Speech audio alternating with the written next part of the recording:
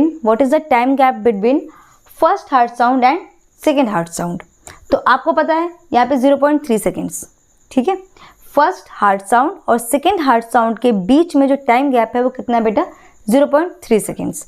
लेकिन अगर एग्जामिनर का दिमाग थोड़ा टेढ़ा हुआ, ठीक है, थोड़ा ट्रिकी क्वेश्चंस बनाने का उसने सोचा, तो उसका क्वेश्चन ये भी हो सकता है कि what is the time gap between second heart sound and first heart sound.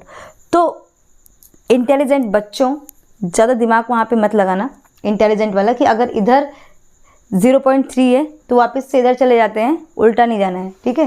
वापस से आप इधर घूम के जाओ तो आपको यहाँ पे कितना मिलेगा, 0.5 सेकेंड्स। तो 0.5 सेकेंड्स का टाइम गैप होगा किसके बीच में, सेकेंड हार्ट बीट और फर्स्ट हार्ट बीट के, और 0.3 सेकेंड्स का गैप होगा किसके बीच में फर्स्ट और सेकेंड हार्ट बीट